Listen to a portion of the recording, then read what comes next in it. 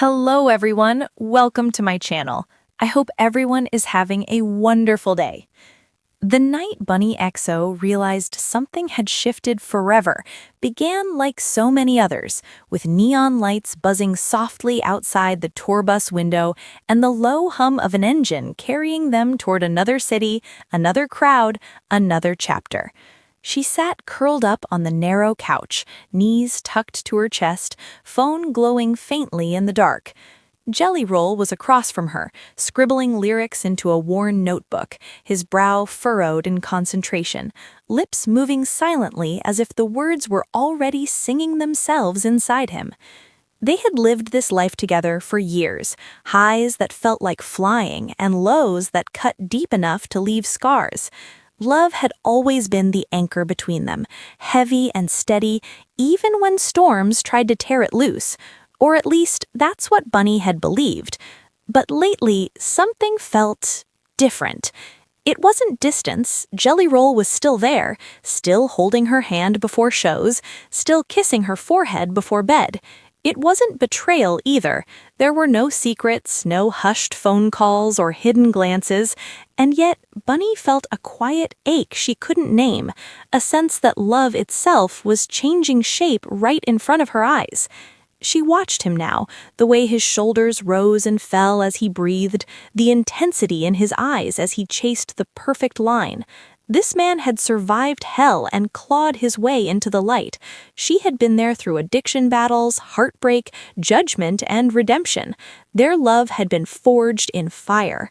So why did her heart feel so unsteady? "Hey," Jelly Roll said suddenly, looking up. "You okay?"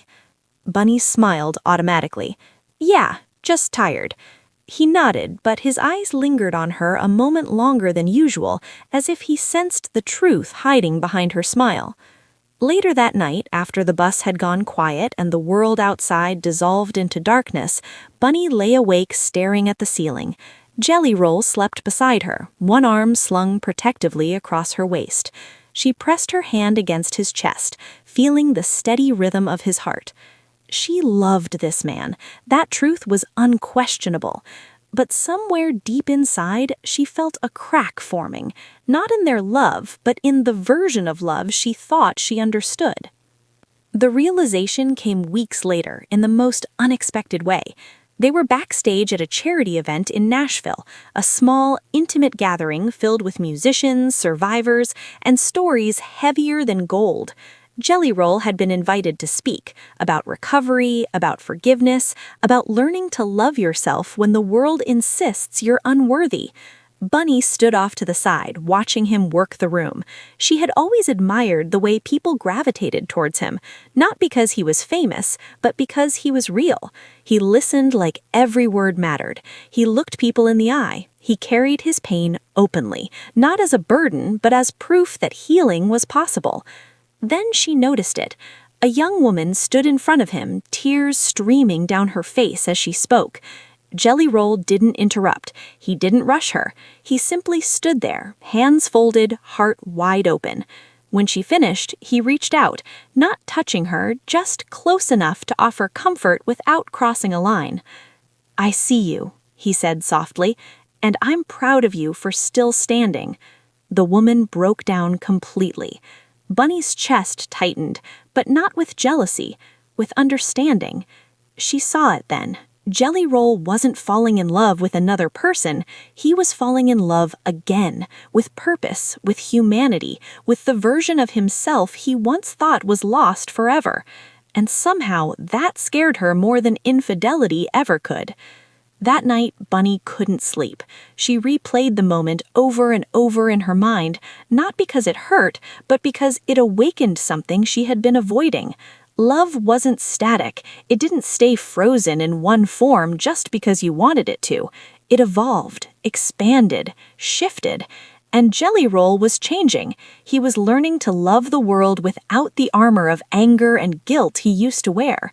He was opening himself to hope again, not just romantically, but spiritually, creatively, and emotionally. The fear crept in quietly. What if he outgrew her? The tension built slowly, like a song that refuses to resolve its final chord. Bunnie found herself pulling back in small ways, staying busy, laughing louder, pretending everything was fine. Jelly Roll noticed, of course, he always did, but he didn't push. He gave her space, trusting she would come to him when she was ready. One rainy afternoon, they finally stopped pretending. They were home for the first time in months, the house unusually quiet. Rain tapped against the windows, and the smell of coffee lingered in the air. Jelly Roll sat at the kitchen table, staring into his mug. Bunnie leaned against the counter, arms crossed, heart pounding. "Talk to me," he said gently. She swallowed hard. "I feel like I'm losing you." The words hung between them, heavy and fragile. Jelly Roll looked up, surprise flickering across his face. "Losing me how?" "I don't know," she admitted, voice shaking. "You're different, lighter, like you found something new, and I'm standing on the outside watching it happen." He stood slowly, crossing the room until he was in front of her. "Bunnie, I'm still right here." "I know," she said quickly. "That's the problem. You're here, but you're also somewhere else, and I don't know where I fit in anymore." For a moment, Jelly Roll said nothing. Then he reached for her hands, holding them firmly. "I'm falling in love again," he said honestly. Her heart dropped. "But not away from you. Towards life, towards the man I'm becoming, towards the world I used to shut out." Tears spilled down Bunnie's chest before she could stop them. "And what if that man doesn't need me?" Jelly Roll's voice cracked. "I needed you to survive.